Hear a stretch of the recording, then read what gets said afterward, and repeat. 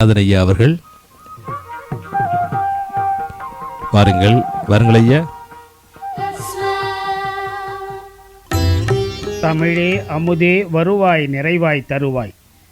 உலகெங்கும் உள்ள தமிழ் உறவுகளுக்கும் ஜெர்மனி தமிழறி வானொலிக்கும் நேயர்களுக்கும் திரு நைனை விஜயன் அவர்களுக்கும் திருமதி சசிகலா நைனை விஜயன் அவர்களுக்கும் என் வணக்கம்.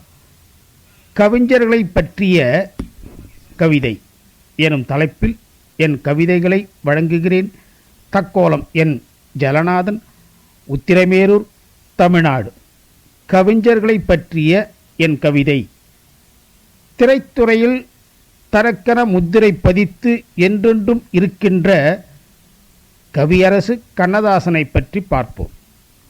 கண்ணதாசன் கவிதாசன், கண்ணதாசன் கவிதாசன், காலத்தின் காவியதாசன், எண்ணத்தில் மிளிரும் தாசன், எழுத்துக்களில் நல்லதோர் வாசன்.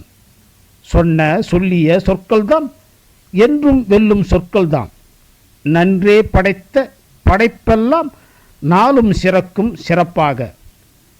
துடிப்பாய் மோனை எதுகையுந்தான், துடிப்பாய் மோனை எதுகையுந்தான், சுகமாய் இயல்பாய் அமைந்திடுமாம். துடிக்கும் மனதும் அமைதி பெறும், துயரம் கூட சுகமாகும். படிக்க படிக்க படைப்பெல்லாம் பக்குவந்தான் தந்திடுமாம். படிக்க தெரியா பாமரனும் பாட்டை கேட்டே ஒன்றிடுவான். சந்தமெல்லாம் சொந்தமென வந்து உந்தன் வசமாகும். பந்தமென நல் மோனையோடு எதுகையுந்தான் உடன் சேரும். எந்த துன்பம் என்ன செய்யும் உந்தன் பாடல் மகிழ வைக்கும். எந்த துன்பம் என்ன செய்யும் உந்தன் பாடல் மகிழ வைக்கும். வந்த துயர் ஓடிப்போகும் வாட்டம் நீங்கி ஊட்டமாகும். வந்த துயர் ஓடிப்போகும் வாட்டம் நீங்கி ஊட்டமாகும். அடுத்து பாட்டுக்கோட்டையான பட்டுக்கோட்டை கல்யாண சுந்தரத்தை பற்றி பார்ப்போம். பட்டுக்கோட்டை கல்யாண சுந்தரமே, பாட்டுக்கோட்டையின் பரிணாம பாவலனே, உன் பாட்டை கேட்கும் போதெல்லாம் பலவற்றை பாங்காய் உணர்த்தும் பாட்டாளியின் கூட்டாளியே, வேற்றால் என எண்ணாமல் தோளோடு தோள் இணைந்து உள்ளூர ஒன்றி ஊடுருவி பார்த்தவனே, சந்தமெல்லாம் சொந்தமாக முந்தி வந்து சிந்து பாடுமாம். சந்தமெல்லாம் சொந்தமாக முந்தி வந்து சிந்து பாடுமாம். மோனையும் எதுகையும் முரண்படாமல் இயல்பாய் இதமாய் வந்து குதிக்குமாம்.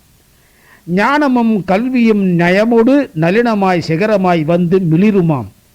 எத்தனையோ பாட்டு அசையாமல் மனம் அசைய வைக்கும் கேட்டு.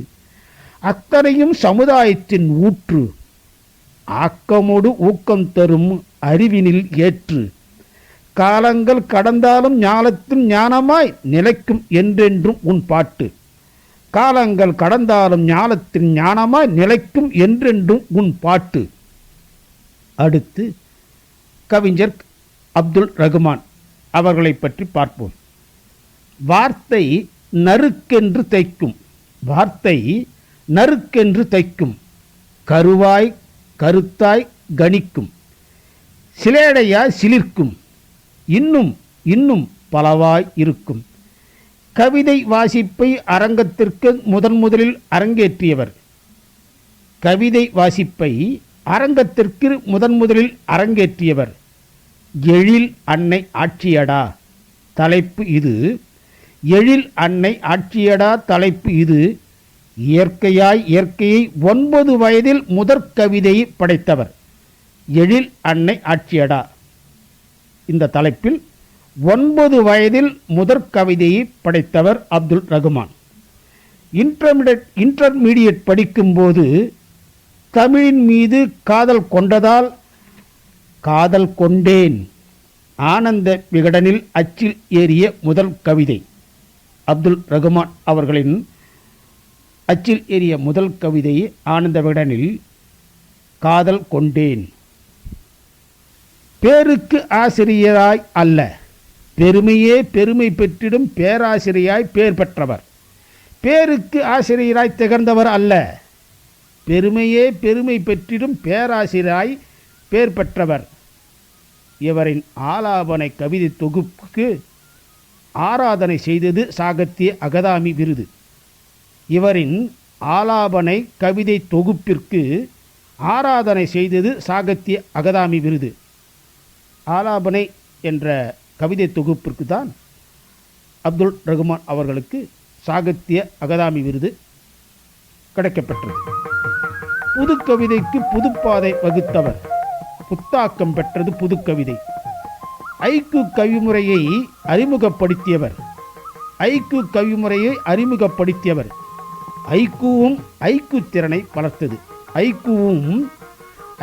திறனை வளர்த்தது. திறம்பட திறன் வளர்த்தது. ஆற்றலாய் திகழ்ந்தது. ஒரே சொல் உணர்வை தொடும், உள்ளத்தை ஊடுருவும். இவரின் ஒரே சொல் உணர்வை தொடும், உள்ளத்தை ஊடுருவும். இவரால் இலக்கியம் இன்புற்றது.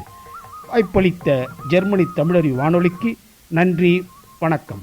தக்கோலம் என் ஜலநாதன், உத்திரமேரூர், தமிழ்நாடு, சங்கத்தமிழ் இலக்கிய பூங்கா. சிறப்பைய கவிஞர்களை பற்றிய கவிதைகளோடு இணைந்திருந்தீர்கள். நன்றிகள். மீண்டும் இணைந்து சிறப்பீங்கள். நன்றி, வணக்கம். நீங்கள் கேட்டுக்கொண்டிருப்பது காலை கதம்பம். இது தமிழருவி வானொலி, ஜெர்மனி.